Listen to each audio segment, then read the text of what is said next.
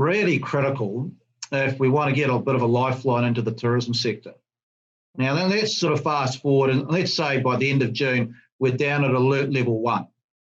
At alert level 1, international borders are still effectively shut. And so your economy is going to be about 95% operational, and the tourism market is going to continue to struggle because they're going to bear the brunt of that. We're going to redeploy our New Zealanders that used to travel overseas. Hopefully they'll go on a staycation, so that will help to fill the void. But Australians across the ditch, that's another pretty big potential market out there. Last year, Australians did about 12 million trips. Now, I don't think they're going to be rushing off to Indonesia or those sort of places. So if we can open up that trans-Tasman bubble, that could be a real opportunity to replace those 5 million trips or people that actually come into New Zealand. It's a good question to look at New Zealand versus Australia, and it's a bit of a mixed bag. So if I have a look at what we're seeing in regard to growth for Australia, growth for Australia, they're not taking the big clouting or the big hits that we've taken. We had to go to alert level 4. They sort of got away with a 2+ or a 3.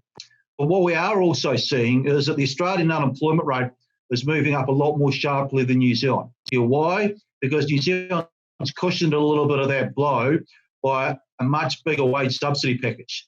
Now, that's a temporary measure. The rubber's going to hit the road second half of this year when that wage subsidy starts to roll off. But two different approaches from two different countries. We went a little bit later, but we went a lot more aggressive. What does that mean? We've taken a bigger hit right up front.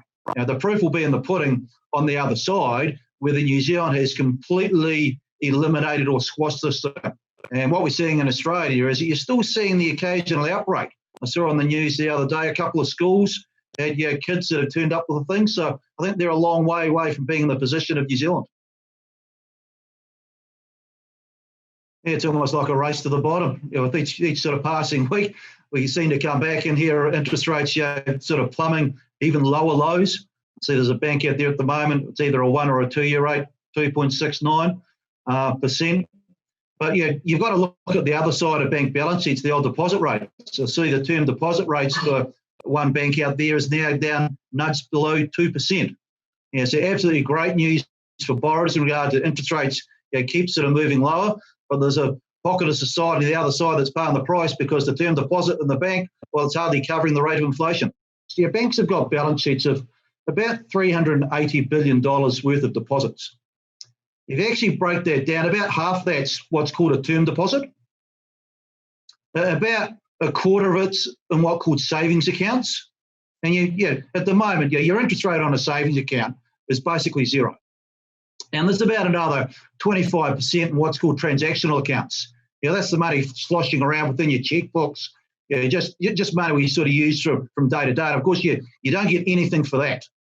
So if you want to get a return out there at the moment, it's sort of term deposits, but not great rates on offer.